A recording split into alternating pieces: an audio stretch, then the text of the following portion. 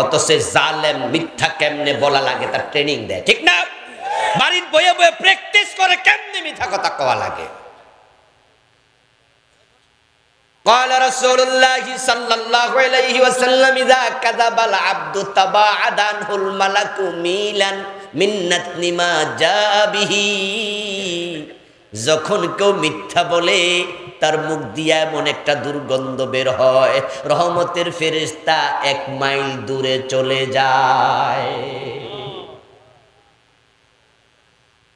যে ব্যক্তি নিয়মিত মিথ্যা বলতে থাকে, হাত্তা ইউক্তাবা ইনদাল্লাহি কাযযাবা, যে নিয়মিত মিথ্যা কথা বলে আল্লাহর কাছে তখন তার নাম কাযযাবের তালিকায় চলে যায়। কাযযাব ছিল মুসাইলামাতুল কাযযাব, যে বিশ্ববিখ্যাত কাযযাব, যে নিজেকে নবী দাবি করেছে, সে হলো কাফের। তার নাম সিরিয়ালে লেখা কাযযাবের।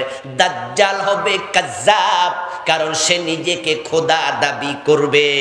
ঠিক যারা নিয়মিত মিথ্যা বলে, ওই মুসাইলামাতুল কাযযাব, ওই দাজ্জাল নামক কাযযাবের যে তালিকা, মিথ্যুকের নাম আল্লাহ সে তালিকাতে লিখে দেবে। আপনাদের এলাকায় মুরগি যখন ডিম দেয়, বাচ্চা ফুটানোর জন্য মুরগির ডিম কোথায় দেন আপনারা? মুরগির পাখার নিচে দেন নাকি? যদি কোনো ডিম ফাঁকার বাহিরে পড়ে, ডিম বাচ্চা হয়তো নষ্ট হয়ে যায়। সেটা মাহফিলেরও একটা সিস্টেম আছে, একটা এরিয়া আছে। মাহফিলের যে প্যান্ডেল, এখানে শুরু থেকে পিছনের দিকে যাবে। মসজিদে যাওয়ার পরে আমরা কি 1-2 কাতার খালি রেখে পিছনে দাঁড়িয়ে যাই? সিস্টেম আছে।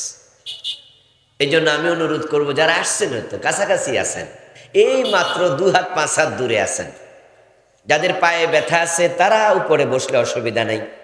হয়তো আপনার পায়ের সমস্যার কারণে আপনি পা মেলে বসতে চান, আপনার জন্য ওজর। কিন্তু বাকি ভাইয়েরা মাশাআল্লাহ যে চলে আসতেছেন, ভিতরে চলে আসেন। প্রিয় দিনী ভাইয়েরা, আমি আপনাদের সম্মুখে পবিত্র কোরআন মাজিদ থেকে সূরাতুন নিসা এর 37 নম্বর আয়াতে কারিমা তিলাওয়াত করেছি। না, 31 নম্বর আয়াতে কারিমা তিলাওয়াত করেছি।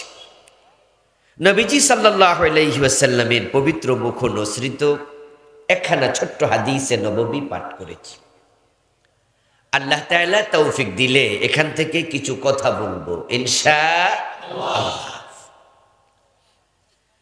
এই আয়াতে কারিমাতে আল্লাহ তাআলা আমাদেরকে জান্নাত দেবেন এমন একটি ঘোষণা তিনি নিজে দিয়েছেন।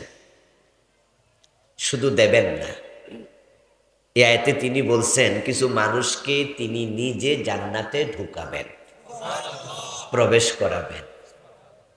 এই দায়িত্ব আল্লাহ নিজে নিয়েছেন। ওয়া নুদখিলকুম মুদখালান কারীমা। যে ঘরে গেলে মানুষ দারুণভাবে সম্মানিত হবে, সে ঘরের নাম হলো জান্নাত।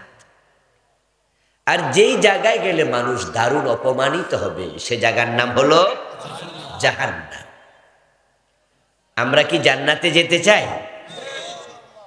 আল্লাহ তাআলা বলছেন যে তিনি জান্নাতে আমাদেরকে প্রবেশ করাবেন। আসলেও জান্নাতে চাইলেও যাওয়া যায় না। এই জায়গার যে দাম, রাসূল বলছেন মাউদাউ শিবরিন ফিল জান্নাহ খায়রুম মিনাদ দুনিয়া ওয়া মা ফিহা। জান্নাতের 1 বিঘত জায়গার মূল্য তামাম দুনিয়ার চেয়ে বেশি। সুবহানাল্লাহ। 1 বিঘত জায়গা। আর আল্লাহ যাদেরকে জান্নাত দেবেন, সবচেয়ে ছোটটা যাকে দেবেন তাকে দেবেন পৃথিবীর মতো 10 পৃথিবীর সমান। 1 বিঘতের দাম যদি দুনিয়ার চেয়ে বেশি হয়, তাহলে 10 পৃথিবীর সমান জায়গা, এটার মূল্য কি? আমার বন্ধু, জান্নাত এমন দামি জায়গা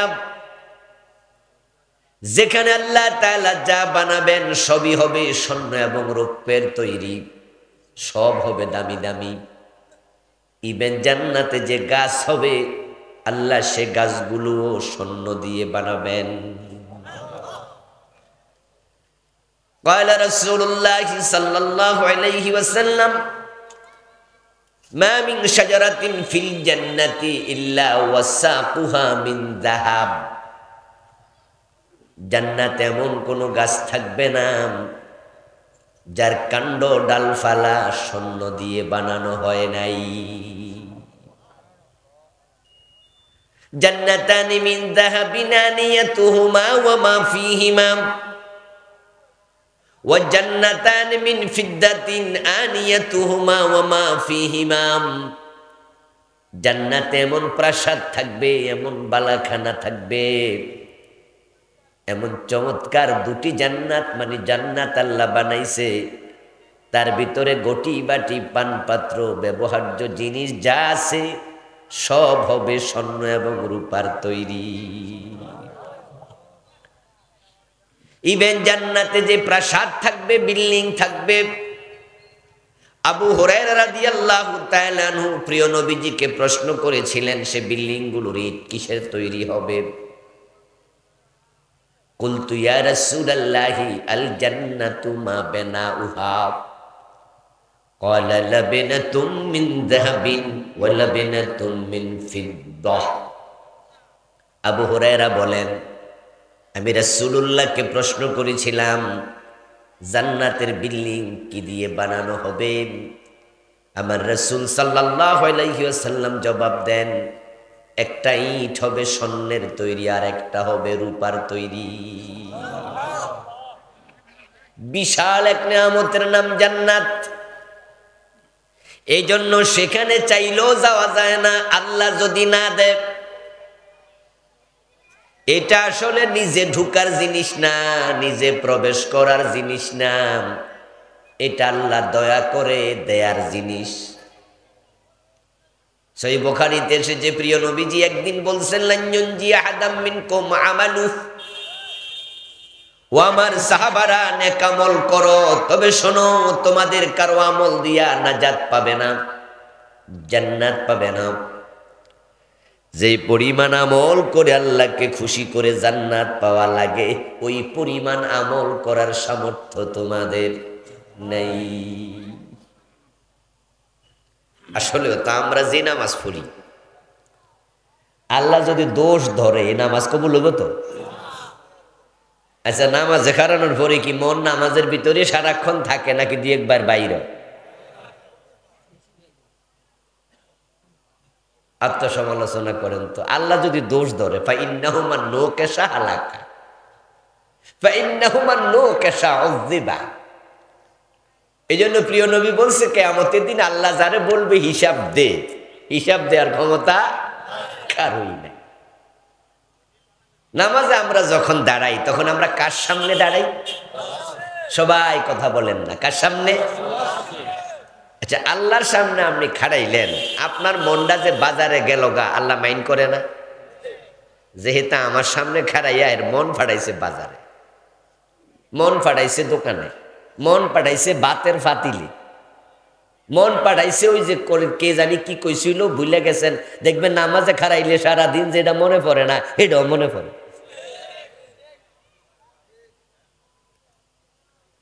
আল্লাহ যদি বলে এইসব নামাজ আমি নেই না, তাহলে আবার জবাব দিয়েন তো পুরা জীবনে যত নামাজ পড়ছেন কয় রাকাত কবুল হয়েছে?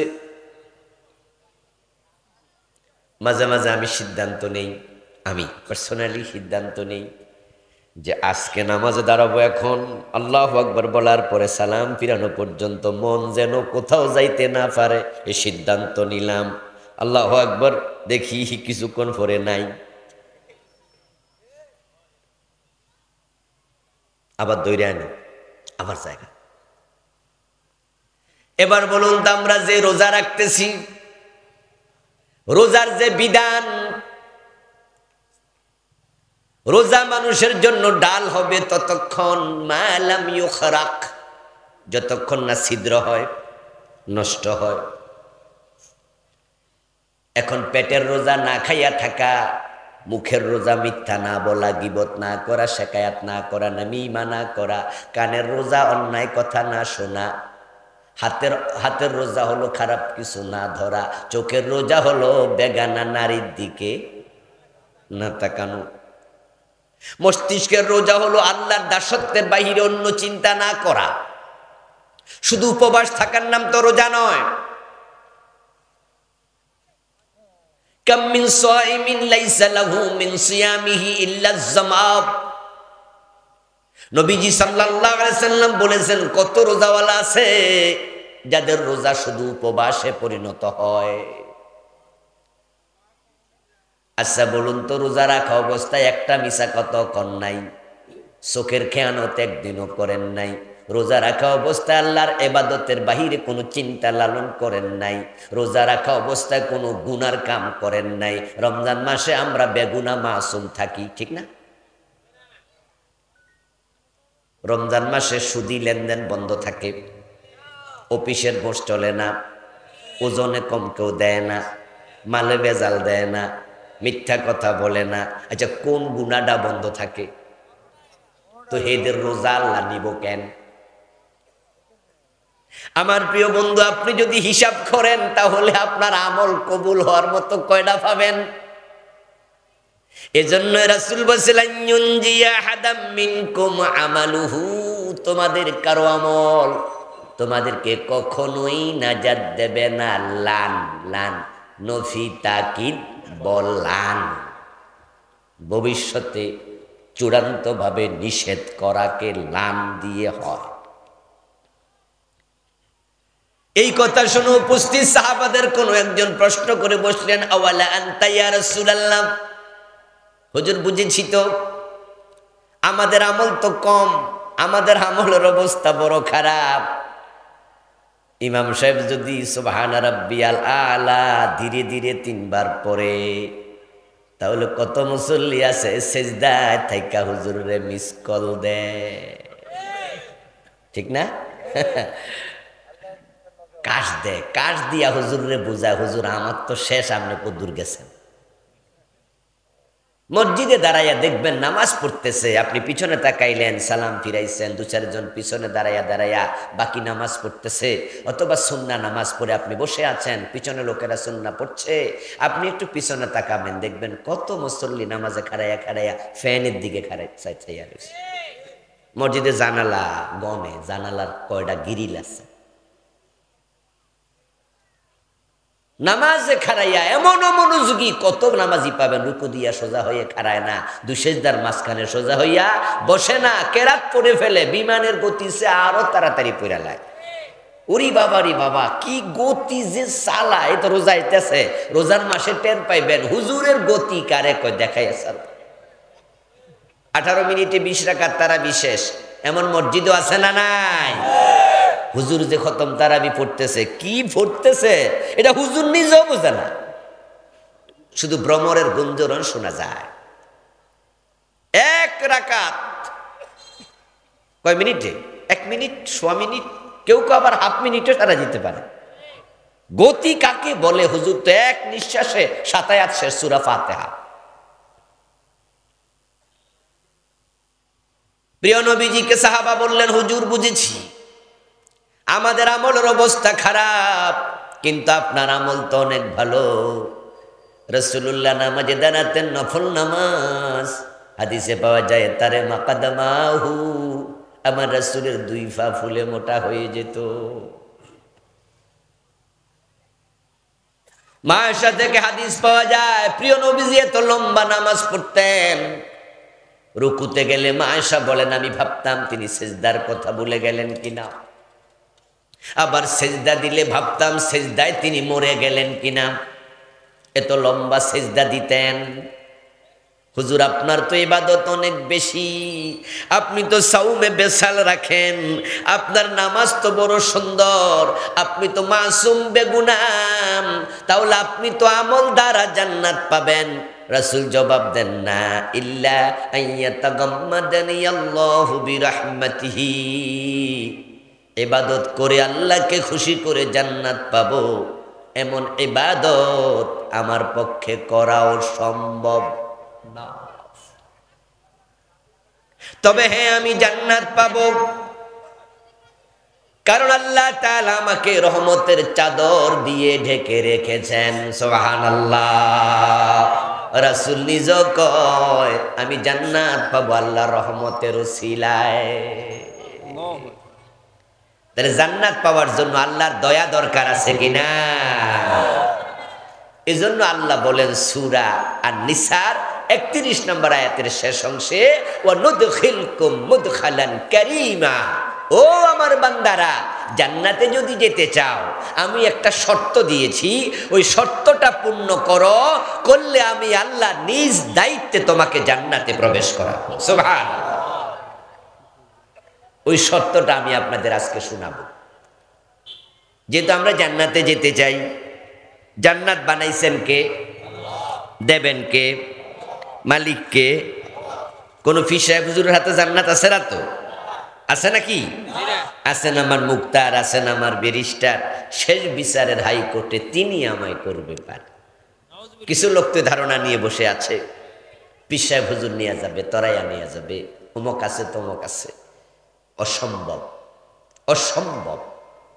হাসরের দিন আল্লাহ তাআলা এমন ভাবে পুরাটা পরিবেশকে কন্ট্রোল করবেন যে সেদিন তার স্ট্রেংথ দেখে, তার শাসন দেখে, তার চেহারার ভাব গাম্ভীর্যতা দেখে আল্লাহ নবীরা পর্যন্ত নফসি নফসি বলে চিৎকার দিতে শুরু। সেদিন তার সূরত হবে কাহ্হার। সেদিন কেউ আল্লাহর সামনে কথা বলতে সাহস করবে না, আল্লাহর কোন নবী পর্যন্ত কথা বলবে না। ইয়া নফসি নফসি নফসি নফসি, ইভেন ফেরেশতা জিবরিল পর্যন্ত কথা বলবে না। ইয়াউমা ইয়াকুমুর রূহু ওয়াল মালাইকাতু সাফফান লা ইয়াতাকাল্লামুন, কথা বলবে না। ইল্লা মান আযিন, অনুমতি না পাইলে কেউ কথা বলবে না। নবীজি সাল্লাল্লাহু আলাইহি ওয়াসাল্লাম বলছিল আখিরু লাহু সাজিদা, আমি নবী মুহাম্মদ আমিও কথা বলবো না, আমি সিজদায় পড়ে যাব। সিজদা। আল্লাহর হাতে জান্নাত, তাহলে বুঝলেন তো জান্নাত যিনি বানাইছেন তার হাতে তিনি রেখেছেন। কোন নবীর হাতেও জান্নাত নাই, বরং নবীগণ যে জান্নাতে যাবেন সেটার মালিক কে? নবীদেরকে জান্নাত দেবেন কে? আরে নবীর হাতে জান্নাত থাকলে তো নবী ইব্রাহিম আলাইহিস সালাম নিজের বাবারে জান্নাতটা দিত। হাদিসে আসছে বরং তিনি বাবার জন্য আল্লাহর কাছে জান্নাত চাইবেন, মুক্তি চাইবেন। আল্লাহ ইব্রাহিমের কথা সেদিন শুনবেই না। ইব্রাহিম নবীকে বলবে নো। قال رسول الله صلى الله عليه وسلم يلقى إبراهيم أباه آزر يوم القيامة عليه قطرة غبرة। আল্লাহর হাবিব বলছেন কিয়ামতের দিন আজরের সাথে ইব্রাহিমের সাক্ষাৎ হবে। ইব্রাহিম আলাইহিস সালামের বাবার নাম কি? আজর। ইয়ালকা ইব্রাহিমু আবাহু আজর। وَإِذْ قَالَ إِبْرَاهِيمُ لِأَبِيهِ آزَرَ أَتَتَّخِذُ أَصْنَامًا آلِهَةً। ইব্রাহিম আলাইহিস সালামের বাবা আজর আল্লাহকে দেখা হবে উনার। আজরের গায়ে থাকবে ধুলাবালি, কর্দম, কাদা, রক্তাক্ত আজর। ফেরেশতারা হাতের মাঝে, পায়ের মাঝে, গলার মাঝে জাহান্নামের শিকল লাগায়া আজরকে টেনে হেসড়ে নিচ্ছে জাহান্নামের দিকে। সামনে হঠাৎ দেখা হয়ে যাবে আজরের ছেলে ইব্রাহিম আলাইহিস সালামের সাথে। দেখবি ইব্রাহিম জান্নাতের পোশাক পরে আলিশান চেয়ারে বসে আছে। ইব্রাহিম আজকে বড় সম্মানিত। ইন্নী জাইলুকা লিন্নাসি ইমামা। আল্লাহ কোরআনে বলে ইব্রাহিম আমি তোমাকে মানুষের নেতা বানিয়েছি। সুবহানাল্লাহ। এই জন্য ইব্রাহিম আলাইহিস সালামকে আল্লাহ তাআলা সর্বপ্রথম জান্নাতের পোশাক পরাবেন। হাসরের ময়দানে যত মানুষ সবাই থাকবে ল্যাংটা, উলঙ্গ, হুফাতান, উরাতান, গুরলা, সবাই কাপড়বিহীন, খতনাবিহীন, জুতাবিহীন। নবীজি সাল্লাল্লাহু আলাইহি সাল্লাম বলতেছেন আমিও তাই, সবাই সবাই আমরা সবাই। আল্লাহ কাউকে সেদিন কাপড় দেবে না। কবর থেকে সর্বপ্রথম জান্নাতের পোশাক পাবেন। নবীজি বলছেন যে আল্লাহ তাআলা ইব্রাহিমকে সবার আগে জান্নাতের পোশাক পরাবে, তারপরে আমি নবী মুহাম্মদকে পরাবে। সুবহানাল্লাহ। ইব্রাহিম হচ্ছে বাবা, আর আমাদের নবী হচ্ছে তার সন্তান। আমরা ইব্রাহিমের বংশধর, ঠিক না? ইয়েস। ইব্রাহিম আলাইহিস সালামের দু ছেলে নবী, হযরত ইসমাঈল, হযরত ইসহাক। ইসমাঈল আলাইহিস সালামের বংশ থেকে এসেছে মুহাম্মাদুর রাসূলুল্লাহ সাল্লাল্লাহু আলাইহি ওয়াসাল্লাম। ইসহাক আলাইহিস সালামের ছেলে হযরত ইয়াকুব। ইয়াকুব আলাইহিস সালামকে বলা হয় ইসরাইল, উনার সন্তানদেরকে বলা হয় বনি ইসরাইল। সেখান থেকে নবী এসেছে 12,000 হাজার।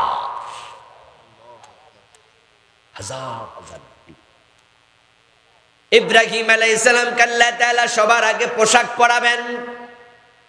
ইব্রাহিম আলাইহিস সালাম জান্নাতের পোশাক পরে তিনি বড় সমুজে বসে আছেন, আলিশান চেয়ারে বসে আছেন। ছেলেকে দেখবে বড় সম্মানী, নিজেকে দেখবে বড় অপমানিত। এবার হযরত ইব্রাহিমকে লক্ষ্য করে ওনার বাবা আজর বলবে, ও ছেলে, আজকে দেখো আমার অবস্থা কি। ইব্রাহিম আলাইহিস সালাম বাবার অবস্থা দেখে বলবেন, আলামা কুল্লাকা লা তাসিনি, ও বাবা, আজকে তোমার গায়ে রক্ত কর্দমাক্ত অবস্থায় আছো, তোমার হাতে পায়ে জাহান্নামের শিকল বাঁধা। দুনিয়া থাকতে তোমাকে আমি বলেছিলাম আমি আল্লাহর নবী, আমার কথাটা শোনো। সেদিন তো আমার কথা শোনো নাই, যদি শুনতা আজকে তোমার এই দশা হতো না। ইব্রাহিম আলাইহিস সালাম আল্লাহ তাআলার কাছে বাবার পক্ষ হয়ে এক পর্যায়ে কথা বলবেন। রাসূলুল্লাহ বলতেছে, ইব্রাহিম যখন তার বাবাকে বলবেন যে আমার কথা তো শোনো নাই, এজন্য আজকে তোমার এই দশা, তখন আজর জবাবে বলবে, আলিয়াউমা লা আসি, ওয়াদা দিলাম, কথা দিলাম, আজকে তোমার অবাধ্য হব না। আজকে তুমি যা বলো আমি তাই শুনবো। আজকে বলে দেখো কেমনে শুনি।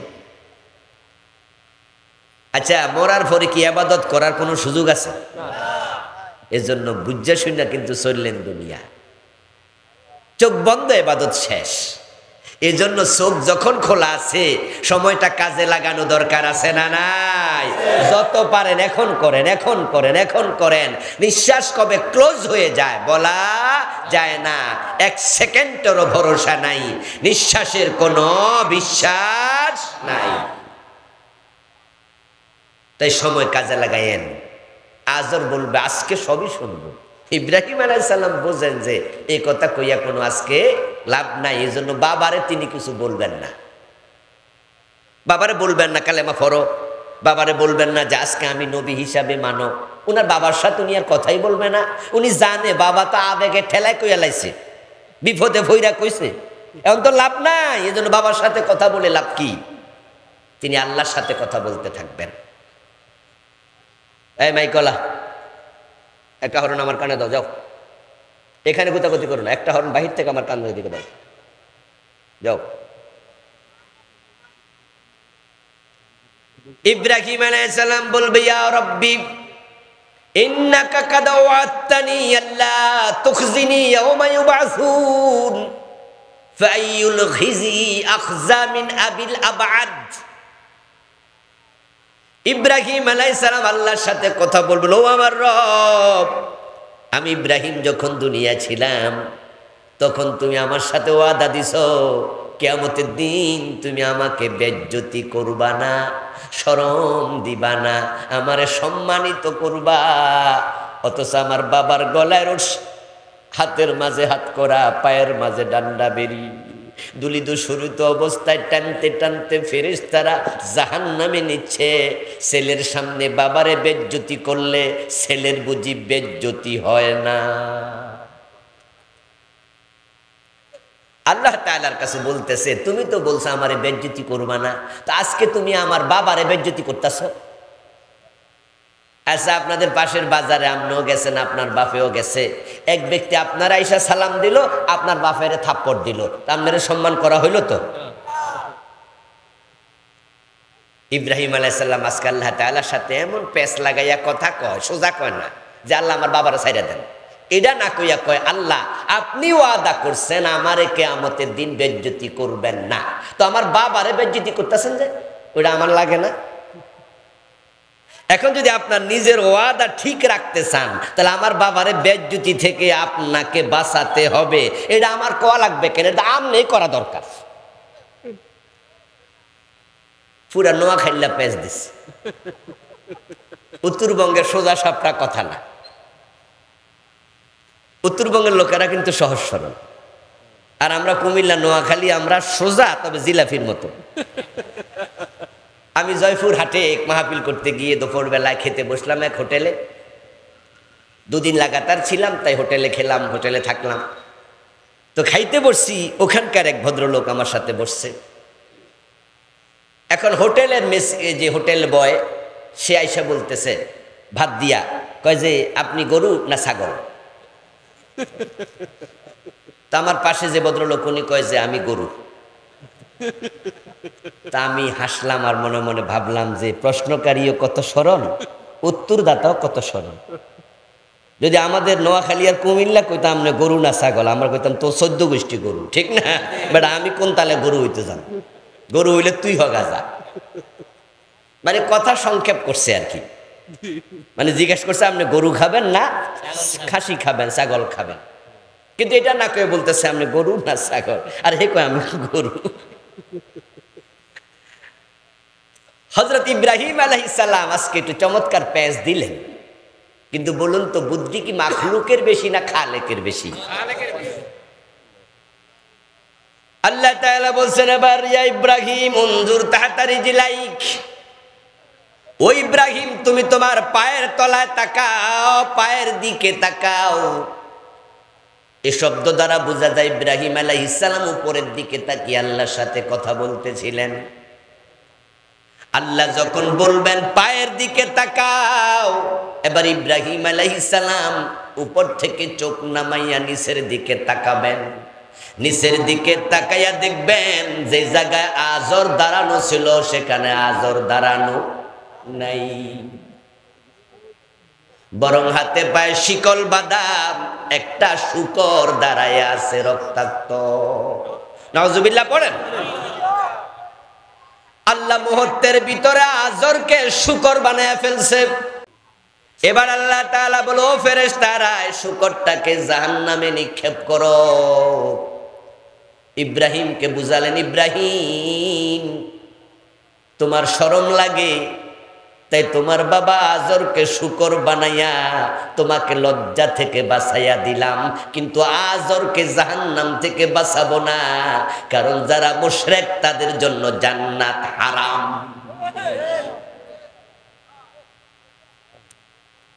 ইব্রাহিম আলাইহিস সালামের সামনে আজরকে আল্লাহ জাহান্নামে ফেলে দেবেন। এখন আপনি যে কান্দে দোতরা লইয়া বলতেছেন আপনার ব্যারিস্টার আছে, উকিল মুক্তার আছে, তরাইয়া নিব, নবী ইব্রাহিমও তো বাবারে বাঁচাতে পারেন নাই। যে নবী মুহাম্মদ সাল্লাল্লাহু আলাইহি ওয়াসাল্লাম সব নবীর ইমাম, ইমামুল আম্বিয়া, সাইয়্যিদুল মুরসালিন, সব নবীদের লিডার, উনার চাচা আবু তালেবকে তিনিও জাহান্নাম থেকে বাঁচাতে পারবেন না। অথচ আবু তালেব নবীজিকে 42 বছর সোহবত দিছে, আদর দিছে, ভালোবাসা দিছে। রাসূল সাল্লাল্লাহু আলাইহি ওয়াসাল্লামের বয়স যখন মাত্র 8 বছর, তখন তিনি আবু তালেবের কোলে যান। জন্মের আগে বাবা নাই, 5 বছর বয়সে মা নাই, 6 বছর আপনার এরপর 8 বছর বয়সে দাদা নাই। দাদা হারাইয়া আমার রাসূল চাচার কোলে গেলেন। রাসূলের বয়স যখন 50, আবু তালেব তখন মারা যান। এই 8 বছর থেকে 50 পর্যন্ত বাতিজা মুহাম্মদকে বটগাছের মতো ছায়া দিয়েছেন। কিন্তু আবু তালেব ঈমান আনে নাই, ঈমান আনে নাই।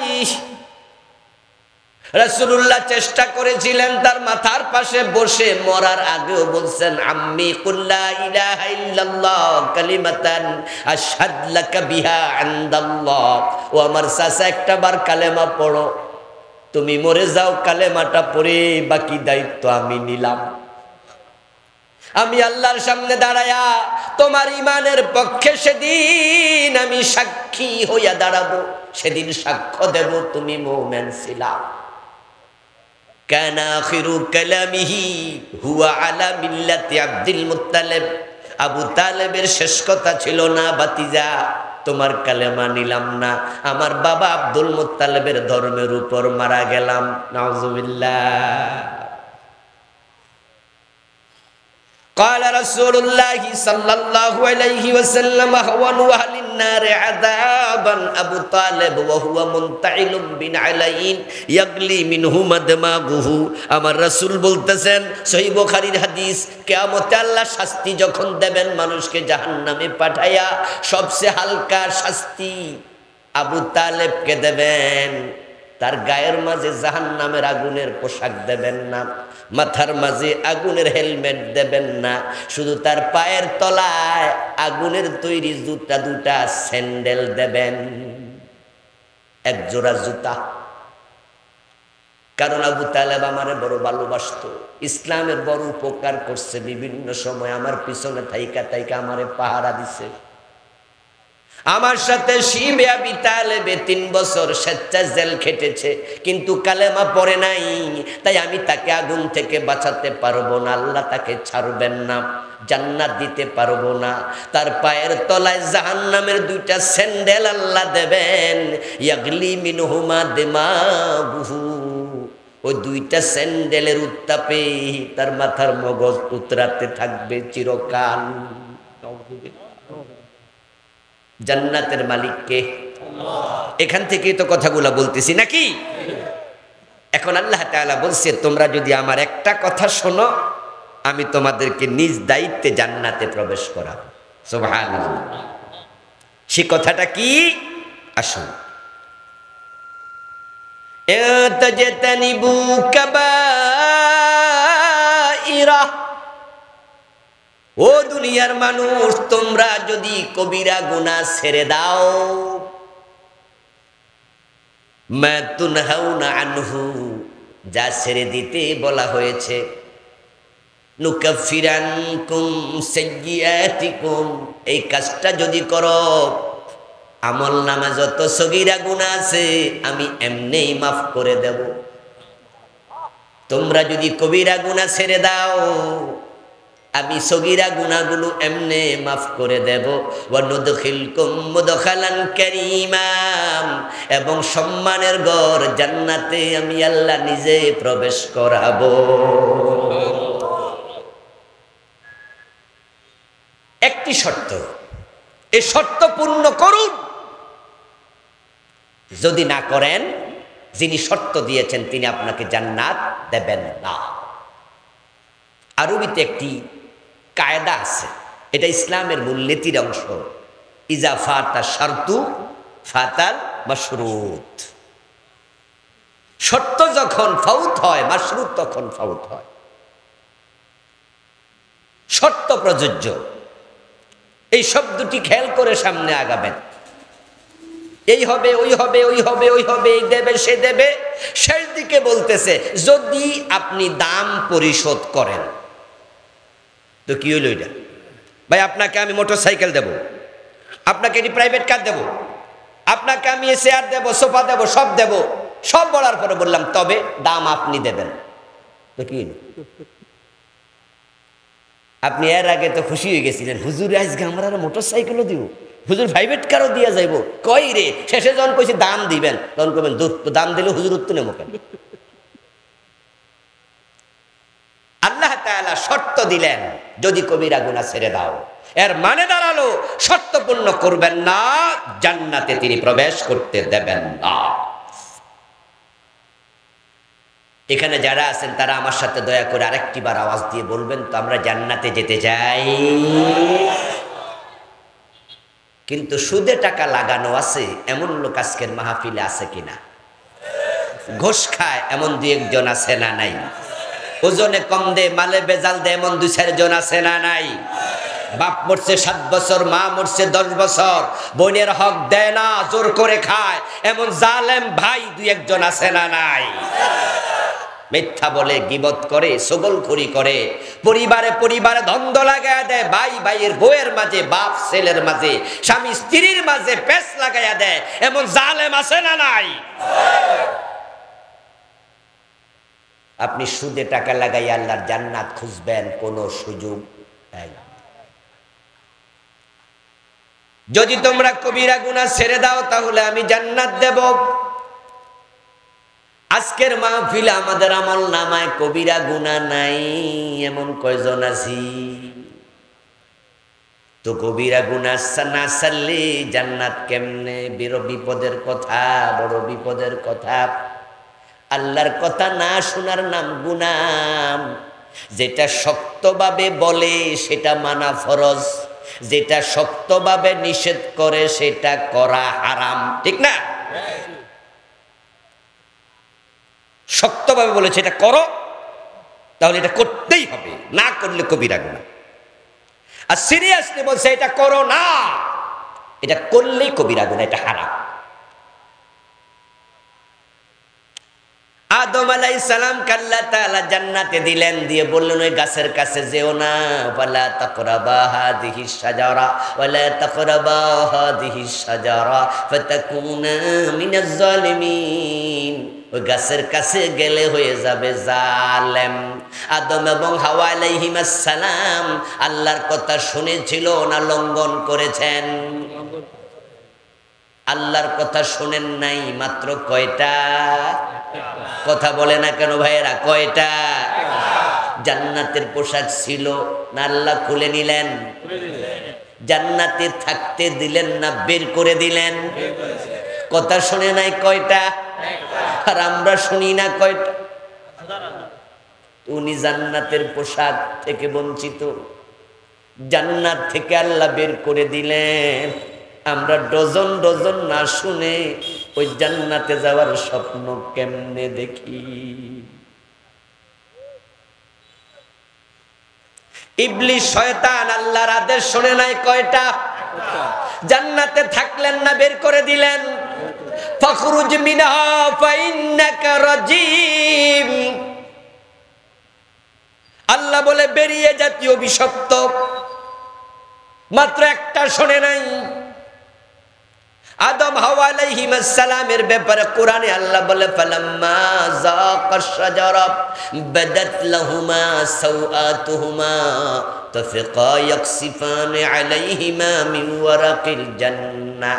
যখনই ওই গাছের ফল খেলো সাথে সাথে লজ্জাস্থান উন্মুক্ত হয়ে গেল, জান্নাতের পোশাক খুলে পড়ে গেল। ওই দুইজন বলতে বাধ্য হলো রব্বানা যালামনা আনফুসানা। সুতরাং আদমের সন্তানেরা যখনই কোনো গুনাহ হবে তখন বাবা আদম মা হাওয়ার মতো তাওবা করতেই হবে।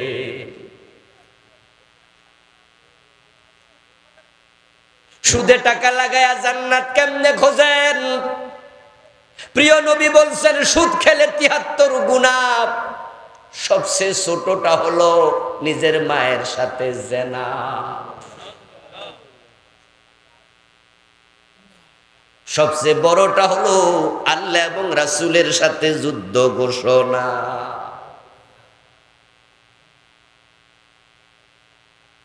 ও দোস্ত, বোনের হক নষ্ট কইরা, ভাইয়ের হক নষ্ট কইরা আজকে টুপি মাথার দিয়া বসে আছেন মাঝখানে আপনার এই মাহফিলের মসজিদে ইমামের পিছনে দাঁড়ায়া নামাজ পড়েন আর মনে মনে ভাবেন নামাজ জান্নাতের চাবি পাইয়া গেছেন। অথচ নবীজি বলছেন মান কাতা মিরাসা ওয়ারিসিহি কাতা আল্লাহু মিরাসাহু মিনাল জান্নাহ। যে ব্যক্তি তার ওয়ারিসের মিরাস কেটে নেয় আল্লাহ তার জান্নাত কেটে নেন।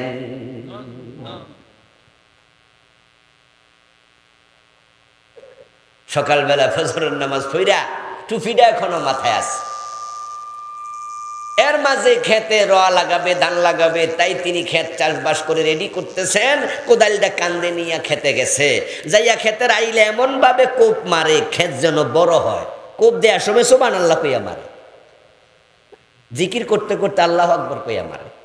কারণ টুপি এখনো মাথায় আছে, তো এখনো নামাজ মাত্র ছাইরা গেছে আর কি, নামাজের এখনো বাপ টাকাটা নাই। উনার অজু আছে, অজু সহকারে লাইল কাটতাছে আর মনে মনে ভাবতাছে ক্ষেত যদি 20 হাত 30 হাত লম্বা হয়, 4 আঙ্গুল করে বড় করলে তো মোটামুটি আধা শতাংশ হয়ে যেতে পারে। ঠিক না? ক্ষমতার প্রভাব খাটাইয়া বাজারে বিল্ডিং তোলার সময় আরেকজনের জমিতে তুমি 1 হাত ঢুকে গেছো। ক্ষমতা তো তোমার, দল তোমার, কে ঠেকাবে তোমাকে? যেই বেটার ক্ষেত, ওই বেটা তো দড়ির উপরে আছে, হে তো বিএনপির কর্মী, জামাত ইসলামের কর্মী, হে তো এলাকায় থাকতেই পারে না, মামলা খাইয়া দৌড়াচ্ছে। আর আপনি কি করলেন? আধা হাত দখল করলেন। মনে মনে ভাবতাছেন, যা বেটা করছি। আল্লাহ রাসূল বলে, কিয়ামতের দিন আল্লাহ এটা 7 গুণ বড় করে তোর গলার মাঝে ঝুলাবে। সামনে ক্ষমতা আসতেছে আপনাদের, এখন আর আওয়ামী লীগ নাই, সামনে আমনে আইসা আমনো দখল করেন, রাস্তা খোলা হইতেছে। আগে খাইছে খালেক মিয়া, এখন খাইব মালেক মিয়া, ঠিক না? এজন্য কেউ কেউ খাওয়ার জন্য মুছে তেল দিতেছে যে আমরা খামু, আমরা 15টা বছর খাইতে পারি নাই। বেটা, দেশ কি তোরা একা স্বাধীন করছ? আমরা করি নাই। এজন্য আপনিও মুছে তেল দিচ্ছেন। খাবেন কি খাচ্ছেন, হালাল না হারাম বুঝা শুনা খাবেন। হারাম খাবেন তো শেষ গজবে পড়ে যাবেন। ইন্নাল্লাহা তাইয়্যিবুন লা ইয়াকবালু ইল্লা তাইয়্যিবা। আল্লাহ পবিত্র, তিনি অপবিত্র কিছু গ্রহণ করেন না। হারাম টাকা জামায়, ওই কাপড় পরে নামাজ পড়লে নামাজ কবুল হয় না।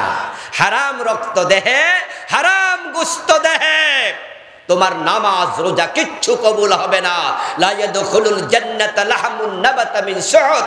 হারাম খেয়ে মোটা হয়েছো, তোমার দেহকে আল্লাহ জান্নাতে প্রবেশ করতে দেবেন না। কিছুক্ষণ আগে আমার সাথে সমস্বরে বলেছেন জান্নাতে যেতে চান, চাওয়া ভালো, চাইবেন বটেই, আমরা যেতেই চাই। কিন্তু জান্নাতে চাইলে যদি যাওয়া যেত তাহলে হিন্দুরাও চলে যেত। কারণ বাজারে গেলে দেখবেন যে কত হিন্দুর নামে ছবি টানানো আছে ওয়ালে, ছবি টানাইয়া ছেলে দোকানদারি করছে, মরা বাবার ছবি, ছবির মাঝে লেখা আছে স্বর্গীয় শ্যামল দত্ত বাবু, আসেনি? স্বর্গীয় দুলাল চন্দ্র ভৌমিক। এর মানে কি বেহেশতে যাইব না গেছে গা? হ্যাঁ, আপনি তো যাবেন, আর বেড়া অলরেডি গেছে গা। জান্নাতে যাওয়ার শখ আছে না নাই? আমাদের সে কম না বেশি? বাবা, স্বর্গীয় কয় কি রে, কয় কি রে। কালো ছেলের নাম পদ্মলোচন। মূর্তি পূজা করে তুমি দুর্গার কাছে মাথা নত করে, সরস্বতীকে রব ডেকে, লক্ষ্মীকে ডেকে তুমি আল্লাহর জান্নাত চাও। জান্নাত কি এত সোজা? ওমান ইউশরিক বিল্লাহি ফাকাদ হারামাল্লাহু আলাইহিল জান্নাহ। শিরিক করেছ, আল্লাহ জান্নাত হারাম করে দেবেন। কেউ কেউ মনে মনে বলবেন যে হুজুর হে স্বর্গে না কইছে, জান্নাত পাইলেন কই? স্বর্গ আর জান্নাত কি দুই জিনিস না এক জিনিস? ইয়েস, বুঝতে হবে। চোখ আর নয়ন যে কথা, স্বর্গ আর জান্নাত একই কথা, লাউ আর কদুর মতো আর কি, নাকি? কেউ বলে লাউ, কেউ বলে কদু, কেউ বলে বউ, কেউ বলে বধূ, কেউ বলে আনন্দ, কেউ বলে ফুর্তি। ওরা বলছে ভাস্কর্য, আমরা বলেছি এটাই হলো মূর্তি। এ কথা কইয়া তো হুজুররা জেলও খাটছে নাকি? ওরা কইছে না না, হুজুররা বেশি কথা কয়, মূর্তি বানানো হারাম, এটা তো আমরাও জানি। আমরা তো মূর্তি বানাই না, ভাস্কর্য বানাই। এ সুদ খায় না, মুনাফা খায়, নাম পাল্টাইয়া খায়, ঠিক না? হে কয় কি, ইন্টারেস্ট খায়, ইংরেজিতে খায়, বাংলা সুদ খায় না। এ মূর্খরে হাইকোর্ট দেখায়, আমাদেরকে ভাবছে যে আমরা বুঝি না ভাস্কর্য আর মূর্তি যে এক জিনিস। আপনারা বলুন তো, এই জাতীয় বাড়াবাড়ি রেজাল্ট কি পাইছে কিনা? এই মূর্তি না বানাইলে এত বেজ্জুতি হওয়া লাগতো না। ওই মরা নেতাটাকে এমন বেজ্জুতি করছে, বেটার মূর্তির মাথায় উঠাকে ইসলামকে ফসরাপ করেছে, আর গলা রশি লাগে এত টাইম না মাটিতে ফেলেছেই। বাড়াবাড়ি ভালো না। আমার প্রিয় ভাইয়েরা, হিন্দু মিয়ার শখ আছে বাবার স্বর্গে পাঠাবে, কিন্তু না না, তুমি চাইলে জান্নাত পাবে না। সুদ খাইয়া কেমনে জান্নাতে যাইবা দোস্ত? পরের জমি দখল যে করলা, আমার রাসূল বলছেন, মান আখাযা শিবরাম মিনাল আরদি যুলমা ফাইন্নাহু ইউতাওয়াকুহু ইয়াউমাল কিয়ামাতি মিন সাবঈ আরদিন। যখন কেউ জোর করে কারো 1 বিঘত জমি দখল করে, আল্লাহ এটা 7 গুণ বড় বানাইয়া তার গলায় ঝুলাবে। এত বিশাল মাটির খণ্ড টাইন্না টাইন্না হাসরের ময়দানে যাওয়া লাগবে। ইন তাজতানিবু কাবাইরা মা তুনহাউনা আনহু নুকাফিরানকুম সাইয়্যাতিকুম। কবিরা ছেড়ে দাও, আল্লাহ জান্নাত দেবে। আমলনামায় একটা কবিরা গুনাহ থাকলে সেটাও জাহান্নামের কারণ হয়ে যেতে পারে। তাই তওবা না করে রাতে ঘুমাবেন না। এমনও তো হতে পারে আজকে ঘুমেই মৃত্যু হয়ে যাবে। একজন সাহাবীর ব্যাপারে হাদিস শুনুন। যুদ্ধের মাঠে রাসূলুল্লাহর সাথে গিয়েছেন, যুদ্ধ করছেন, যুদ্ধের মাঝে শাহাদাত বরণ করলেন। উনি ছিলেন রাসূলুল্লাহর খাদেম। ওই খাদেম ইন্তেকাল করলো, শহীদ হলো। প্রিয় নবীজিকে কোনো একজন এসে খবর দিলেন, ইয়া রাসূলুল্লাহি ফুলানুন কাদ উস্তুশহিদা, ও আল্লাহর রাসূল, অমুক শহীদ হয়ে গেছে। এই কথা শুনে প্রিয় নবী জবাব দেন, কাল্লাহ কাদ রাআইতুহু ফিন নারি বিআবাআতিন কাদ গাল্লাহা। তুমি যার কথা বললা শহীদ হয়েছে, আমি নবী বলছি অসম্ভব। সে শহীদ হয় নাই, সে মারা গেছে। কারণ তাকে আমি জাহান্নামে দেখে এসেছি। মৃত্যুবরণ করেছে বলো, শহীদ হয়েছে বলো না। কাদ রাআইতুহু ফিন্নার, আমি তাকে জাহান্নামে দেখেছি। এবার রাসূলুল্লাহ কারণ বর্ণনা করছেন, বিআবাআতিন কাদ গাল্লাহা। জাহান্নামে যাওয়ার কারণ হলো আল্লাহ আমারে জানাইছে, অমুক যুদ্ধ থেকে গনিমতের মালের একটা চাদর সে চুরি করে নিছে। গনিমতের মাল বুঝেন তো? যুদ্ধলব্ধ সম্পদ, যেটা মুজাহিদরা কামাই করে যুদ্ধের মাঠে পায়। আর এই লোকটা একটা চাদর চুরি করেছিল। আল্লাহ তার উপর রাগ হয়ে গেছে। কয়টা গুনাহ? আরে ভাইয়েরা কথা কয় না কেন? কয়টা? আদম কথা শুনে নাই কয়টা? ইবলিস শুনে নাই কয়টা? এগুলো বলে বলে নিজের দিকে এবার তাকাবেন যে আমার খবর কি, আমার খবর কি। ইউনূস আলাইহিস সালাম আল্লাহর মাত্র একটা কথা না শুনে এলাকা থেকে রওনা দিছে, আল্লাহ দইরা মাছের পেটে ঢুকাইয়া দিছে। অপরাধ কি ছিল? ইউনূস আলাইহিস সালামের অপরাধ কি ছিল? উনি বড় কোনো অপরাধও করে নাই। উনি উনার এলাকা থেকে চলে যাচ্ছিলেন। উনার নবুয়তের এলাকা ছিল নিনোয়া নামক এলাকা। ওখানে তিনি নবুয়তের দায়িত্ব পালন করতেন। আগেকার নবীরা তামাম দুনিয়ার নবী না আঞ্চলিক নবী? ইয়েস, অঞ্চল ভিত্তিক নবী। আপনাকে যদি এই প্রাইমারি স্কুলের হেডমাস্টার বানাইয়া পাঠানো হয়, আপনি যদি আরেক স্কুলে বইয়া থাকেন, তাহলে শোকজ খাওয়ার সম্ভাবনা আছে না নাই? চাকরি করা যেমন দায়িত্ব, জাগা মতো করাও দায়িত্ব। আপনি টিউনও হইলেন লালবাগ থানা, আপনি চলে গেছেন আপনার যাত্রাবাড়ি থানা, ওই বোন। হযরত ইউনূস আলাইহিস সালামের নবুয়তের সীমানা হলো নিনোয়া এলাকা। একবার কিছু উম্মত উনার উপরে চড়াও হচ্ছেন, এটা উনি ভাবলেন। কারণ নবীদেরকে মারছে এমন জালেম উম্মত আছে না নাই? উনিও ভেবেছিলেন তারা আমারে মারতে আসতেছে। এখন যদি মারতেও আসে, উনি আল্লাহর সাথে কথা বলা দরকার ছিল। ও আল্লাহ, তারা আমারে মারতে আসতেছে, এখন আমি কি এখানে বসে থেকে মাইর খামু, নাকি আপাতত একটু আমি হিজরত করবো? হিজরতের জন্য অনুমতি দরকার আছে না না? স্টেশন ত্যাগ করার নিয়ম আছে। এজন্য আপনারা দেখবেন আমাদের প্রিন্সিপালরা, আমিও একটা মাদ্রাসার মুহাদ্দিস, সরকারি চাকরি আমরা যারা করি, সিস্টেম ফলো করতে হয়। প্রিন্সিপাল আজকে মাদ্রাসায় থাকবে না, কোথাও যাবে, তাহলে কিন্তু উনি আরেকজনকে প্রিন্সিপালের দায়িত্ব দিয়ে যাওয়া লাগে। নিয়ম আছে, চাইলে চলে যেতে পারবে না। ইউনূস আলাইহিস সালাম আল্লাহর সাথে পরামর্শ করেন নাই, না করে তিনি যাইয়া নৌকায় উঠছে।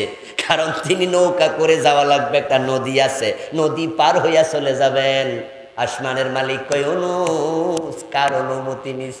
কেমনে যাওয়া আমিও দেখমু। ওই নৌকা নদীর মাঝে গিয়া কাঁপতে শুরু করছে। পরে লোকজন উনারে দইরা নৌকা থেকে ফালাই দিছে। আল্লাহ কয়, আমি না ফালাইছি, পাবলিকে তো আর ফালায় নাই, নৌকা কাফা কাফি দিছে কেডা?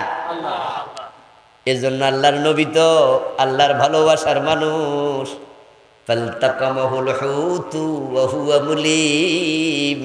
আল্লাহ একটা বড় মাছের কয়, মাছ যা আমার ইউনূসকে গিলে ফেল, তবে সাবাটা বাদ দিস না। টুক করে গিলালা, লজেন্সের মতো আর কি। ইউনূস আলাইহিস সালামকে মাছ কোনো কামড় মামড় দেয় নাই, শুধু গিলা লাইছে। ফালতাকামাহু, লোকমার মতো গিলছে। সুবহানাল্লাহ পড়ে। কোরআনে আল্লাহ এগুলো কাহিনী কয়। আচ্ছা, কোরআন কি কাহিনীর কিতাব?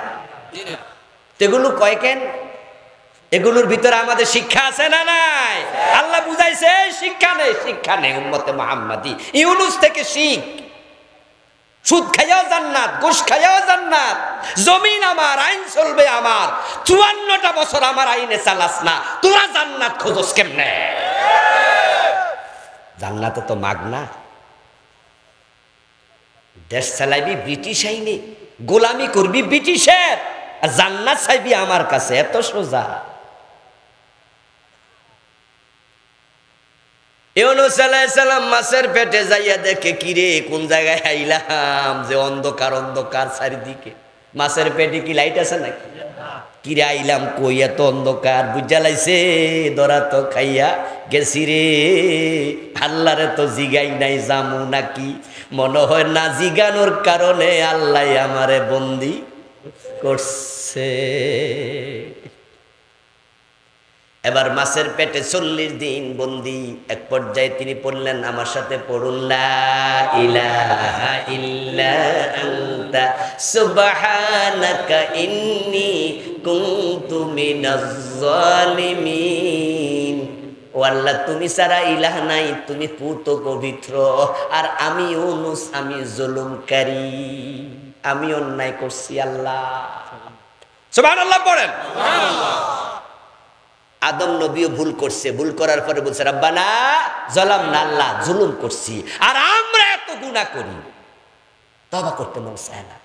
আমরা বলি যে ইসলাম দিয়ে দেশ চালাও, কোরআন দিয়ে দেশ চালাও, চোর ধরে হাত কাটো, এটা ফরজ। ডাকাত ধরে শুলে দাও, জেনা করলে পাথর মারো, মদ পান করলে 80 বেত লাগাতে হবে, আইন করো, আল্লাহর আইনে দেশ চালাও, তওবা করো। 54 বছর চালাও নাই, আল্লাহর জান্নাতের দিকে আসো। না না, আসে তো না। আল্লাহর আইনের কথা কইলে উল্টা রাজাকার বলে, ঠিক না? মৌলবাদী বলে। আগে মৌলবাদী আমরা কইয়া গালি দিছে এক দল, এখন দিতেছে আরেক দল। কি আশ্চর্য চরিত্র! নেতা বলে কিনা সাক্ষাৎকারে সাংবাদিকদের সামনে যে বাংলাদেশে আমরা কোনো মৌলবাদীদের শাসন চাই না, যারা ইসলাম মানে তারা মৌলবাদী না। হ্যাঁ, যদি মৌলবাদী মনে হয় আমাদেরকে তোমরা বলতে থাকো, আমাদের কিছু আসে যায় না, আমরা ধর্মের মূলে থাকতে চাই।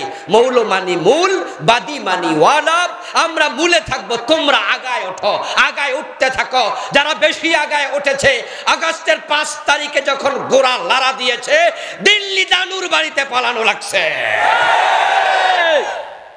দাদার বাড়ি পলাইছে, এক কাপড়ে পলাইছে, দ্বিতীয় কাপড় নিতে পারে নাই, রান্না করেছিল, ভাত খাইয়া পলানোর টাইম পায় নাই।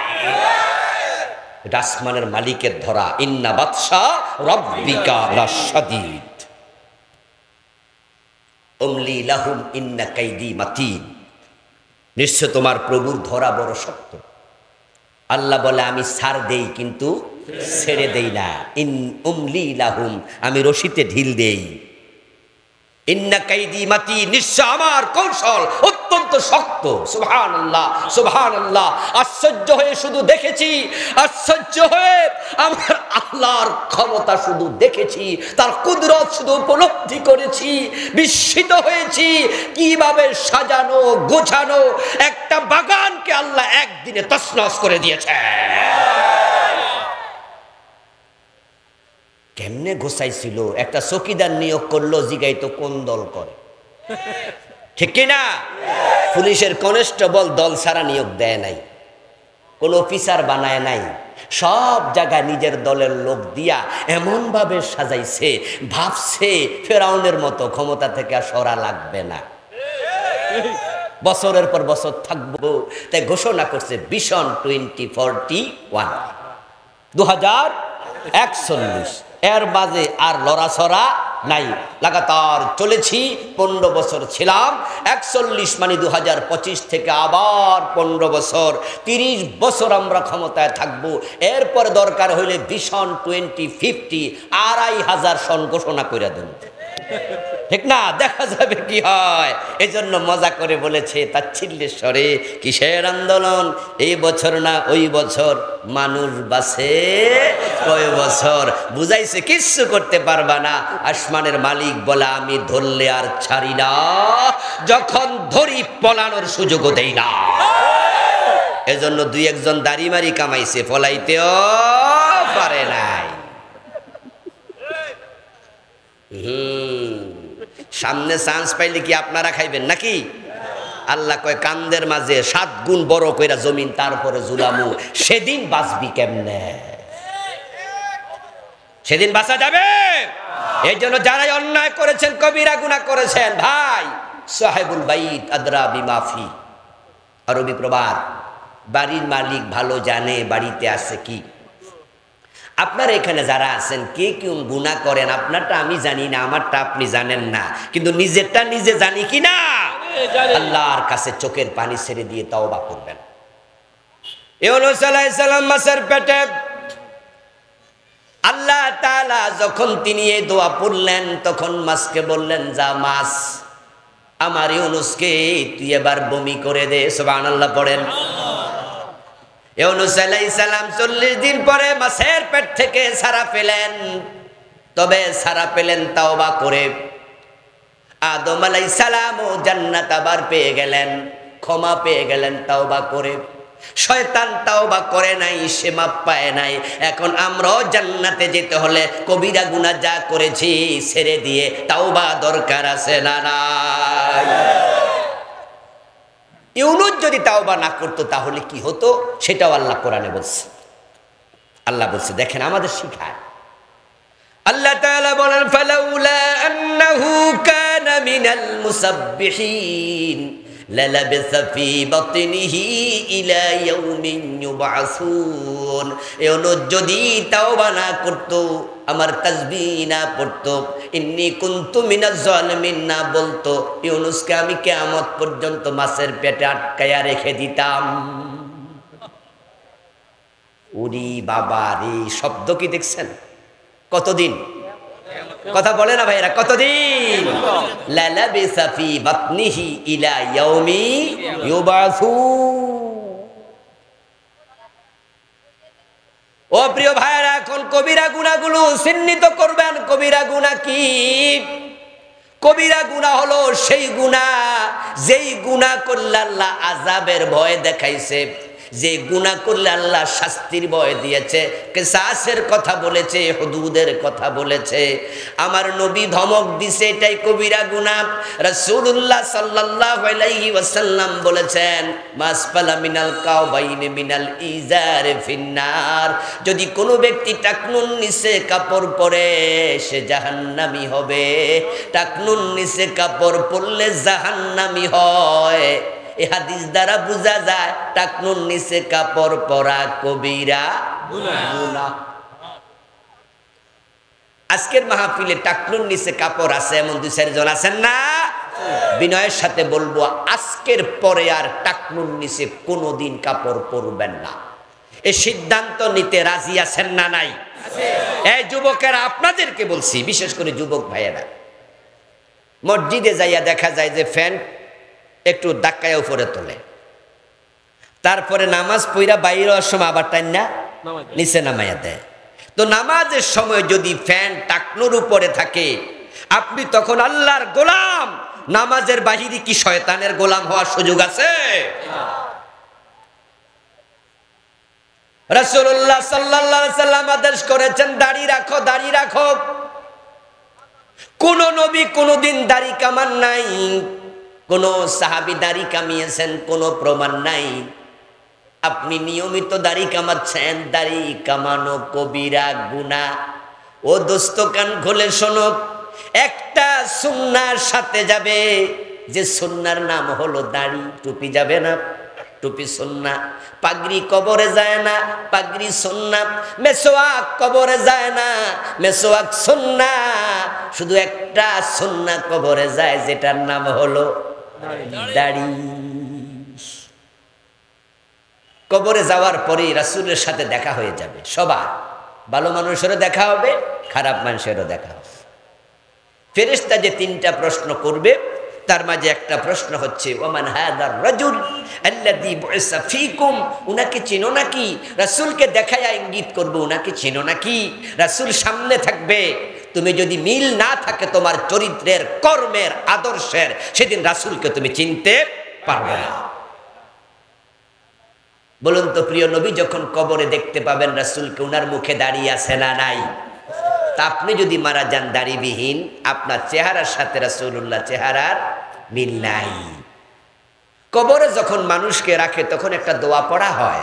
দোয়াটা হচ্ছে বিসমিল্লাহি ওয়া আলা মিল্লাতি রাসূলিল্লাহ, আল্লাহর নামে তোমাকে রাসূলের দলে তুলে দিলাম। এখন কবরে যদি রাসূলের দলে যোগ দিয়ে যেতে হয়, মরার পরে যোগ দেবেন না, মরার আগে। রাসূলের দল মানে হচ্ছে আল্লাহর কোরআনের দল। সুতরাং দেশে কোরআনের দল আছে না নাই? কোরআনের দলে যোগ দেন, না হয় যতই দোয়া ভরে দেখ, রাসূল তার দলে আপনাকে নেবেন না। কারণ মরার পরে আমল করার কোনো সুযোগ আর নাই। অনেকে আছে নিজেরা কয় আমি কোনো দল করি না। এমন হুজুরও আছে, ফিরও আছে, খতিবও আছে, বক্তাও আছে, আছে না? কয় আমি কোনো দল করি না। আচ্ছা, আপনি কোনো দল করেন না, তাহলে কবরে দেওয়ার সময় কোন দোয়া ফরমু? কারণ যে দোয়া আছে দোয়াতে দলের কথা আছে না নাই? বিসমিল্লাহি, আল্লাহর নামে, ওয়া আলা মিল্লাতি রাসূলিল্লাহ, রাসূলের দলে। তা আপনি যে কইছেন দলে নাই, তা আপনারে কোন দোয়া ফরমু? আপনি নিজে দোয়া একটা বানাই দিয়ে যায়। রাসূলের উম্মত ৭৩ দল, জান্নাতি হবে কয় দল? কয় দল?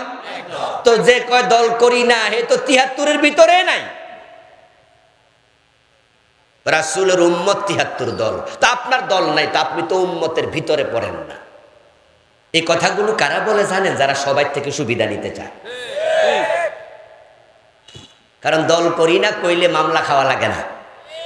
দল করি না যারা, যারা করে নাই, তারা কিন্তু গত 15 বছর আরামে ঘুমাইছে। ওই ফির মামলা খায় না, ওই খতিবের জেল হয় না, ওই বক্তার মাহফিল বন্ধ হয় না, যে ইসলামী দল করে না। খাইয়া খাইয়া গলা মোটা হয়েছে, পেট বড় হয়েছে। আর যারা ইসলামী দলের কর্মী ছিল, দায়িত্বশীল ছিল, ডজন মামলা লইয়া ফেরারি আসামি হয়ে বাড়িতে ঘুমাইতে পারে নাই, বছরের পর বছর চলে গেছে।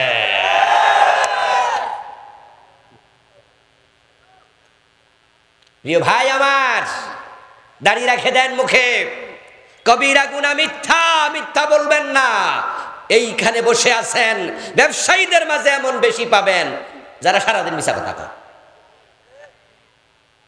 দোকানের মাঝে যত মাল আছে সব ভেজাল, অথচ পাবলিকের কাছে কয় কি? সব কয় নাম্বার, 1 নাম্বার। দুধ বেচে, দুধে পানি মিশায়। মানুষের কাছে কয় যে না, খাঁটি গরুর দুধ। কিসের দুধ? খাঁটি গরু। জিগাইলে কয় গরু তো খাঁটি, দুধে না সমস্যা। বুদ্ধি দেখছেন? খাঁটি শব্দটা কই লিখছে? দুধের আগে লিখছে নাকি? গরুর খাঁটি দুধ পাওয়া যায়, এটা কিন্তু লেখে না। দেখবেন অধিকাংশ লেখা এটা পাবেন না। গরুর খাঁটি দুধ পাওয়া যায়, এটা লিখবে না, লিখবে খাঁটি গরুর দুধ পাওয়া যায়। কয় যে গরুতে তো কোনো প্রবলেম নাই, প্রবলেম তো দুধে না।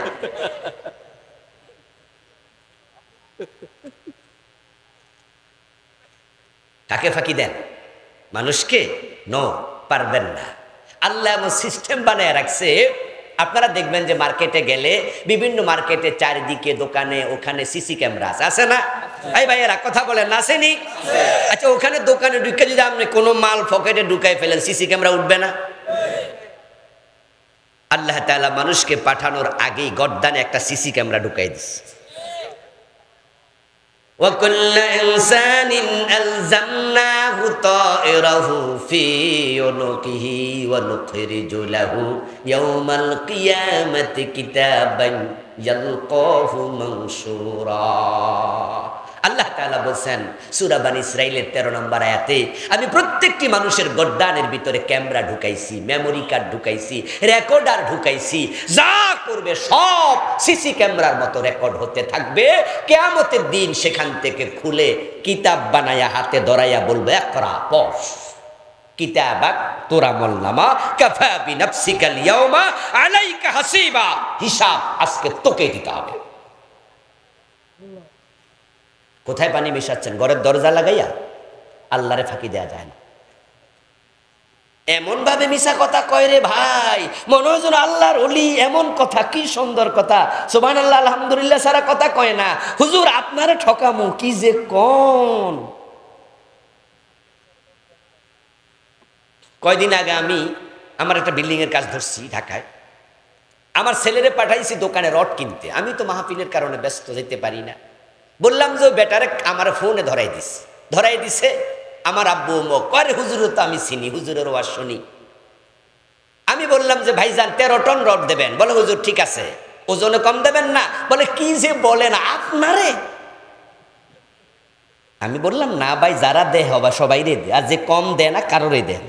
বলে হুজুর আপনি ওটুকু বিশ্বাস রাখেন যে আপনারে কম দেব না। আর যদি আপনি ওজন করার পরে, আমি বলছি আমার বাড়ির পাশে স্কেল আছে, পুরা ট্রাক আমি স্কেলে তুলে দেব, আপনি স্কেলে মেপে দেবেন পুরা ট্রাক, যা হয় ট্রাকের ওজন এবং 13 টন রড যা হয় আমি মেপে নেব। উনি তখন বলল হুজুর কম হলে আপনি কাগজটা পাঠাইয়েন, আমি আপনার ছেলেকে ওই পরিমাণ দেব। আর সর্বশেষ কথা আমার সাথে যেটা হলো, হুজুর দুনিয়ায় কম দিল তো আখেরাতে দেয়া লাগবে। ওরে বাবা রে ভাই, আমি এই কথা শোনার সাথে সাথে ভাবছি উনার মতো আল্লাহর ওলির সাথে কথা বাড়াইলে আবার বদদোয়া দেয় কিনা। আমি সাথে সাথে বলছি ভাইজান এটাই যদি ঠিক হয় তাহলে ছেলেকে মোবাইলটা দেন। আমার ছেলে হাতে নিচে আর বলছি আব্বা ও বেটা থেকে রড নিয়ে আসো, স্কেলটা মাইফা নিয়ে আইসো, ও বেটা আমাদের ঠকাবে না। রাতের বেলার ঘটনা, রাতের 12টা বা 12:15টার দিকে আমার ছেলে ফোন দিল, দিয়ে বলে আব্বা বাড়ির পাশে স্কেলে মাপছি, রড তো 3 টন কম, 3 টন 55 কেজি কম। আমি বললাম যে কি করছে বাপ, কম দেওয়ার তো একটা সিস্টেম আছে, 13 টনে 3 টন নাই। সাথে সাথে মোবাইলে কল দিলাম, আমার মোবাইলে সে নাম্বার পাঠাইছে, কল দিলাম, ফোন বাজে কিন্তু আল্লাহর বান্দা ফোন আর ধরেন না। সকালবেলা, শুক্রবার ছিল, সকালবেলা ফোন দিলাম ঘুম থেকে উঠে আবার 10টা 11টা পর্যন্ত, তিনি ধরেন না। তখন আমি বুঝে ফেলছি ডালমে কুছ কালা হে, মিথ্যু, নিঃসন্দেহে প্রতারক। জুমা পড়লাম, ছেলের সাথে আমার পাশের প্রতিবেশী একজন গিয়েছিল, সেখানে দুইজনরে বললাম জুমা পড়ে গাড়িতে ওঠো। আমার মাহফিল ছিল ফরিদগঞ্জের এদিকে, বললাম আগে সেখানে যাই। আমার বাসা থেকে একটু দূরে পাগলা একটা থানা আছে, ওই থানায় নারায়ণগঞ্জের, আমার বাসা হলো সাইনবোর্ড যাত্রাবাড়ি। পাগলায় চলে গেলাম, গিয়ে দেখি দোকান বন্ধ। পর ওসি সাহেবকে ফোন দিলাম, ওসি সাহেবকে জানাইলাম যে ঘটনা। ওসি সাহেব বললো হুজুর থানায় আসেন। যাওয়ার পরে বললো যে হুজুর অভিযোগ দেবেন, মামলা? আমি বললাম মামলা টামলা দেবো না, এসব ঝামেলা আমি যাব না, তবে আপনি এটা তুলে দেবেন, এ 3 টনের একটু কম নেব না। উনি এক সাইডে ডেকে বলছে দইরা আইনা আগে ফিডাইবি, ফিডাইয়া তারপর হুজুরের টাকা তুলি। যাই হোক শেষ পর্যন্ত ওই গত 2-3 দিন আগে আমার 1.5 লাখ টাকা ফিরাইছে, দিয়া কয় হুজুর বাকিটি খাইয়ে লাইছি, মাফ করে দেন। তা আমি আসি বিদায় শক্ত করে ধরছি, না হয় পেটেতে টাকা বের করা। ওরে বাবা রে বাবা, এটা যারাই শোনে হেরাই কয় হুজুর কি কোন টাকা দিছে? আমি কই দিছে 1.5 লাখ। কই 1.5 পয়সা পাওয়া যায়নি, 1.5 লাখ পাইছেন। ও দোস্ত মিথ্যা যে বলে, আমার সাথেও বলেছে, এমন প্রতারণা করেছে, দোকানে এমন ভাবে কথা বলে মনে করবেন যে আল্লাহর জান্নাত থেকে সে মাত্র বাইরে আইছে। অথচ জালেম মিথ্যা কেমনে বলা লাগে তার ট্রেনিং দেয়, ঠিক না? বাড়ির বয়ে বয়ে প্র্যাকটিস করে কেমনে মিথ্যা কথা কওয়া লাগে। قال رسول الله صلى الله عليه وسلم إذا كذب العبد تباعد عنه الملك ميلا من نتن ما جاء به। যখন কেউ মিথ্যা বলে তার মুখ দিয়ে এমন একটা দুর্গন্ধ বের হয়, রহমতের ফেরেশতা 1 মাইল দূরে চলে যায়। যে ব্যক্তি নিয়মিত মিথ্যা বলতে থাকে হাত্তা ইউক্তাবা ইনদাল্লাহি কাযযাবা, যে নিয়মিত মিথ্যা কথা বলে আল্লাহর কাছে তখন তার নাম কাযযাবের তালিকায় চলে যায়। কাযযাব ছিল মুসাইলামাতুল কাযযাব, যে বিশ্ববিখ্যাত কাযযাব, যে নিজেকে নবী দাবি করেছে, সে হলো কাফের। তার নাম সিরিয়ালে লেখা কাযযাবের। দাজ্জাল হবে কাযযাব, কারণ সে নিজেকে খোদা দাবি করবে। ঠিক যারা নিয়মিত মিথ্যা বলে ওই মুসাইলামাতুল কাযযাব, ওই দাজ্জাল নামক কাযযাবের যে তালিকা, মিথ্যুকের নাম আল্লাহ সে তালিকাতে লিখে দেবে।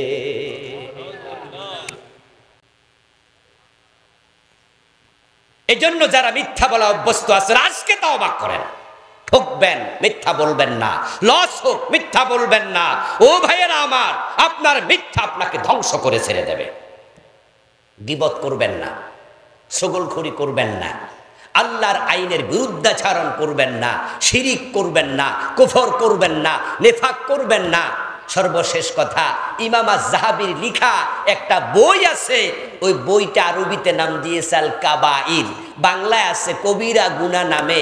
ওই বইতে তিনি 70টা কবিরা গুনাহ লিখছে। ইমাম আয-যাহাবী নামাজ ছাড়বেন না, রোজা ছাড়বেন না, যাকাত ছাড়বেন না, আল্লাহ যা মানা করছে তা করবেন না, আল্লাহ যা করতে বলছে তা ছাড়বেন না। মা আতাকুমুর রাসূলু ফাখুযুহু ওয়া মা নাহাকুম আনহু ফান্তাহু। আর যা করে ফেলেছেন তা থেকে আল্লাহর কাছে ক্ষমা চান। আল্লাহ তাওবাকারীকে খুব ভালোবাসে। তাওবা যদি মনের মতো করতে পারেন, অতীতের সব গুনাহ শুধু মাফ না, আল্লাহ সকল গুনাহকে সওয়াব বানিয়ে দেবে। আসুন না আমরা কবিরা থেকে বেঁচে থাকি, আল্লাহর জান্নাতি মানুষের দলে নিজকে শামিল করি। আল্লাহ সে তৌফিক আমাদের সকলকে দান করুন, বলি আমিন। সুদে যাদের টাকা লাগানো আছে আজকে সিদ্ধান্ত নিয়ে বাড়ি যাবেন, সুদ খাওয়া যাবে।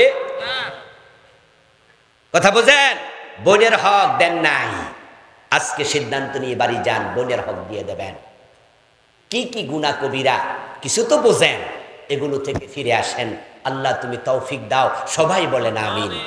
হাযা মা ইনদি ওয়াল ইলমু ইনদাল্লাহ আলাইহি তাওয়াক্কালতু ওয়া ইলাইহি উনীব।